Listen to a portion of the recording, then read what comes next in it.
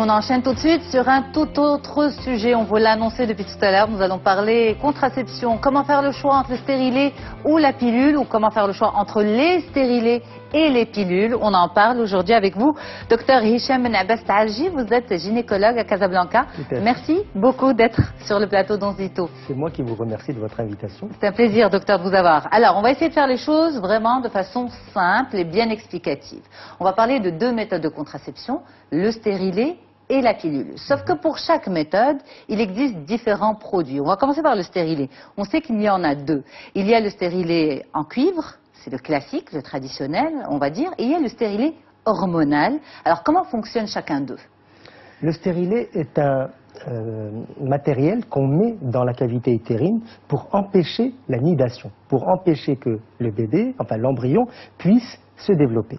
Donc, avant, il y avait le stérilet en cuivre. Le cuivre lui-même a un deuxième produit, il détruit les spermatozoïdes. Et tout simplement, le stérilet est un corps étranger qui entraîne une réaction inflammatoire dans l'utérus et donc empêche le bébé de se nicher. Le stérilet hormonal est une nouvelle invention, enfin, là, 10-15 ans, où en plus de cette corps étranger qui entraîne une réaction inflammatoire, délivre un progestatif, ce qu'on appelle le lévonorgestrel, qui va entraîner une atrophie, qui va altérer l'endomètre, le tissu qui remplit la cavité utérine, et donc empêcher encore plus la nidation et surtout diminuer les saignements. Ok, parce que c'est ce qu'on reproche au stérilet en cuivre, c'est beaucoup de saignements. Tout à fait. Le stérilet en cuivre, puisqu'il entraîne une réaction inflammatoire, généralement augmente la durée des règles. Si vous aviez des règles de 5-6 jours, vous pouvez vous retrouver avec des règles de 7-8 jours éventuellement. C'est l'un des désagréments. Et le débit est plus important. Ben justement, parce qu'il y a de l'inflammation. Mais il faut accepter cela, parce que l'avantage du stérilet, par rapport à la pilule, c'est que le stérilet est comme on appelle ça, une long-lasting contraception. On n'oublie pas le stérilet. Et donc, alors que la pilule, même si elle a une très bonne efficacité théoriquement, il arrive que des femmes l'oublient, leur pilule. Et c'est pour ça qu'elles commencent. C'est la comparaison entre les deux, on va y arriver, on va revenir à ce point. Mais par exemple, entre le stérilet en cuivre et le stérilet hormonal, dit hormonal, est-ce qu'il y a des contre-indications de l'un ou de l'autre? Est-ce que pour le spécialiste que vous êtes, il y a une préférence pour l'un plutôt que pour l'autre? Juste, le stérilet hormonal n'est pas la panacée. Le stérilet hormonal, les gens ne le savent pas, mais dans 10% des cas, il donne de l'acné. Okay. Donc c'est quelque chose... Parce que le lévonorgestrel, le produit qu'il contient, est un progestatif qui donne un peu d'acné. Vous avez 10% d'acné avec le stérilet hormonal. Donc moins de menstruation, voire absence totale de règles. Absence totale de règles aussi. Mais risque de... Mais il y a aussi risque d'acné. Et les autres complications du stérilet, migration ou problème d'expulsion, mais c'est des choses peu fréquentes. Mais maintenant, une femme, je vous l'avais déjà dit lors de la dernière émission, une femme, des fois, veut avoir ses règles, veut avoir régulièrement. Parce que si elle n'a pas ses règles, elle est troublée, elle a peur d'être enceinte. Ben, il faut s'adapter à la dame. Si elle veut avoir des règles régulières, le stérilet hormonal n'est pas la bonne indication. C'est plutôt le stérilet en cuivre? En cuivre, tout à fait. Tout à fait. Mais vous, en cabinet, qu'est-ce que vous conseillez le plus? Ça dépend du profil de la femme, de l'âge aussi? Tout à fait. Avant, on disait pas de stérilet. Alors, les complications du stérilet, c'est quoi? Il peut migrer, il donne des règles abondantes, il peut donner des règles abondantes. Avant, il y avait aussi un petit risque infectieux, disons d'environ de 1%. Donc c'est pour ça qu'avant on disait on ne met pas de stérilet à une femme qui n'a pas au moins 2 enfants, pour ne pas lui coller une infection et qu'après elle risque de ne pas tomber enceinte. Ça, les idées ont évolué, maintenant on le donne à une femme qui a au moins un enfant.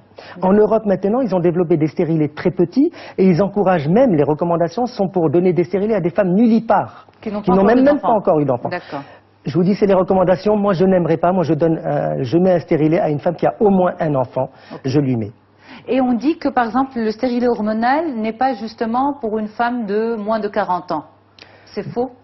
C'est pas forcément faux, ça dépend de sa pathologie, de quoi elle se plaint. Si elle a des règles abondantes sous stérilet au cuivre, pourquoi ne pas lui mettre? Comment on a découvert le stérilet hormonal?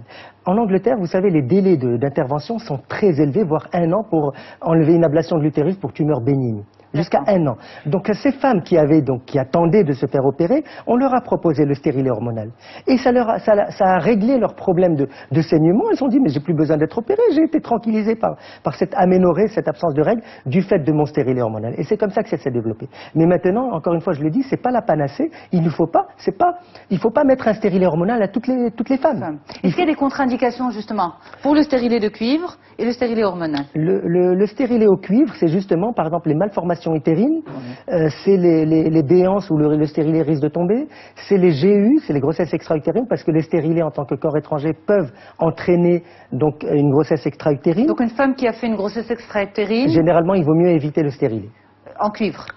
Le stérilet de façon générale. Mais par exemple, est-ce qu'il y a une spécificité à l'un ou à l'autre des stérilets qui serait une contre-indication pour les femmes, pour un profil de femme? Non, grosso modo, c'est pas ils partagent, je pense, les mêmes contre-indications, mais c'est le profil. Est-ce que vous voulez avoir des règles ou pas? Okay. Est-ce que vous avez un terrain acnéique à faire, par exemple, si vous avez fait déjà de l'acné sous une pilule deuxième génération, on en parlera tout à l'heure. Donc, vous êtes sujette à ne pas mettre un Mirena. Très bien. Alors, on va parler de pilules. Et ensuite, on va faire un parallèle entre les deux. Il existe, on le sait, on l'entend, bon, on n'est pas des spécialistes, mais on entend qu'il y a plusieurs générations de pilules. Mais avant de parler des générations, on dit qu'il y a la mini et la micro. C'est quoi la différence? Alors, avant, je vais parler d'historique de pilules. Okay. Les premières pilules, dans les années 50, elles étaient à 150-200 microgrammes d'œstrogène. Puis, elles sont descendues, on a parlé des pilules normodosées, c'était à 50 microgrammes. Après les 50, on a baissé à 35 microgrammes, puis à 30, puis à 20. En Europe, microgrammes de quoi? D'œstrogène. D'œstrogène. D'accord. C'était donc, on parlait des œstrogènes, la dose d'œstrogène. Parce qu'à un certain moment, c'était l'œstrogène qui faisait le blocage de l'ovulation et l'efficacité de la pilule. Ok, après, plus il y en a, et mieux c'est. Voilà. Plus il y en a et plus ça bloque. Et plus ça bloque. Voilà, mais plus vous avez des effets secondaires et qui peuvent être mal tolérés. Maintenant, les pilules normodosées, eh ben vous avez des nausées, des vomissements. Elle n'est pas aussi bien tolérée qu'une faiblement dosée. Après, on a développé de nouveaux progestatifs. Ce n'était plus l'œstrogène qui bloquait, c'était le progestatif qui commence à bloquer. Les progestatifs donc sont passés de différentes générations, première, deuxième, troisième, voire quatrième génération, et donc on a même développé des pilules progestatives pures, sans œstrogène, pour toutes les gens qui ont des contre-indications aux œstrogènes. Okay. Le problème quand vous donnez un progestatif pur, c'est que vous ne réglez pas bien votre cycle. Vous pouvez avoir ce qu'on appelle des spottings, des petits saignements, parce que justement l'endomètre est trop atrophié. En fait, les pilules à base de progestatif, c'est ce qu'on appelle les micros. Non. Non, c'est quoi ça? C'est ce qu'on appelle? C'est des... Mais nous, comment on peut se retrouver dans ces appellations? Mini, micro? Là, c'est la dose. Mais si vous voulez, maintenant, les normodosées, il n'y a plus qu'une seule pilule à 50 gamma. Les autres, elles sont toutes mini-dosées, mais c'est devenu la référence maintenant. Vous êtes à 20 ou 30 gamma, microgrammes, je veux dire, d'œstrogène. Mais après, la différence, c'est aussi le progestatif qu'elle contient. Très bien. Maintenant, on utilise le plus souvent des pilules entre 20, 30, voire des biphasiques, ce qu'on appelle avec 2 dosages différents, 30 ou 40 gamma ou 40-30 gamma.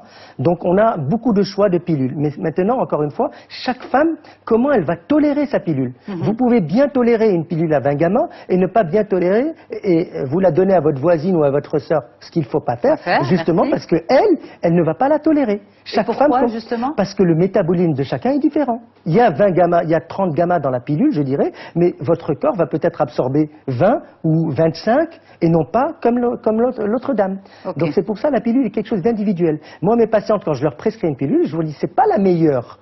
Je pense que c'est celle-là qui va vous déclencher, mais sinon, quand vous allez revenir, vous allez me dire je la tolère bien, je la tolère pas bien, éventuellement je change. Mais sur quelle base, sur quel principe, justement, un gynécologue conseille une pilule?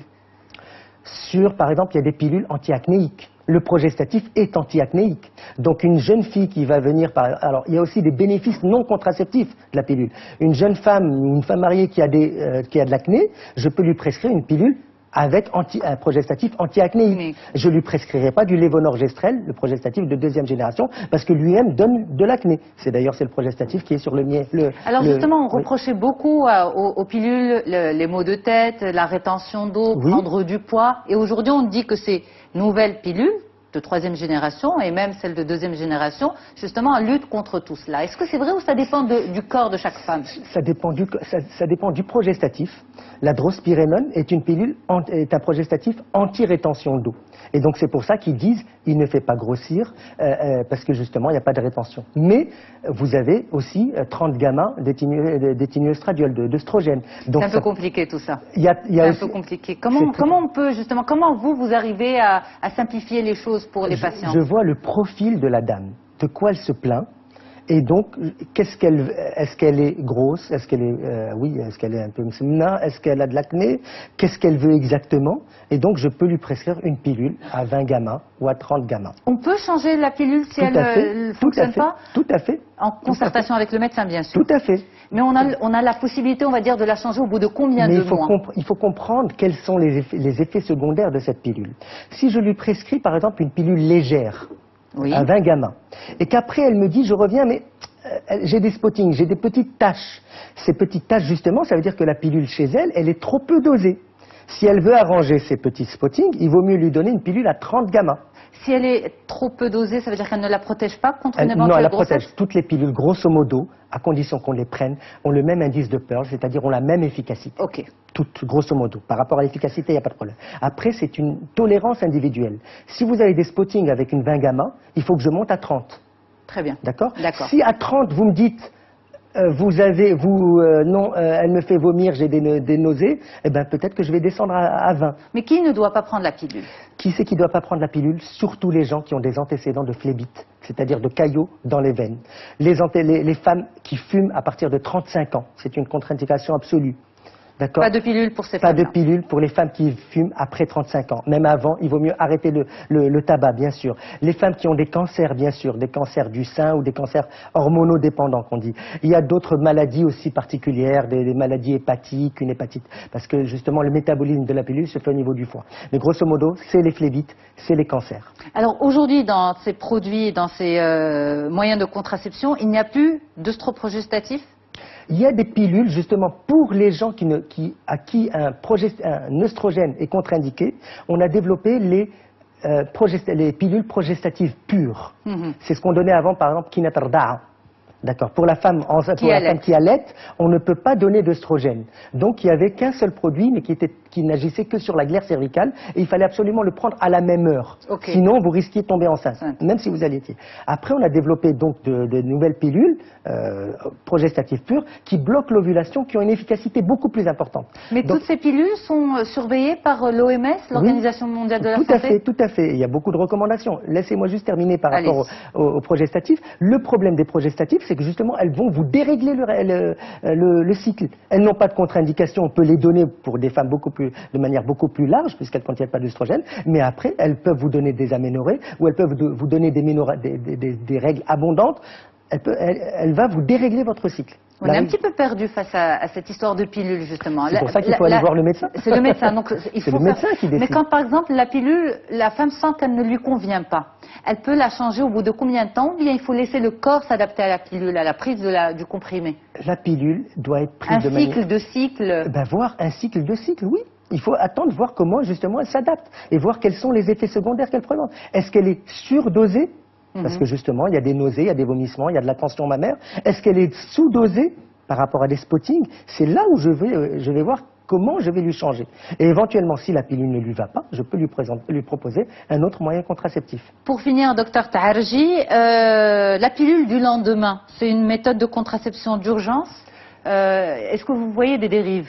Oui, il y a beaucoup de dérives, il y a beaucoup de gens qui prennent leur pilule, leur contraception d'urgence, mais de manière régulière. Non. C'est dangereux? Oui, parce que justement, le risque thromboembolique, premièrement, ça dérègle le cycle, elle ne sait plus où est-ce qu'elle en est. Deuxièmement, il y a des complications qui peuvent y avoir. La pilule, la contraception d'urgence est efficace à condition de la prendre dans les 3 jours, mais elle doit rester une contraception d'urgence.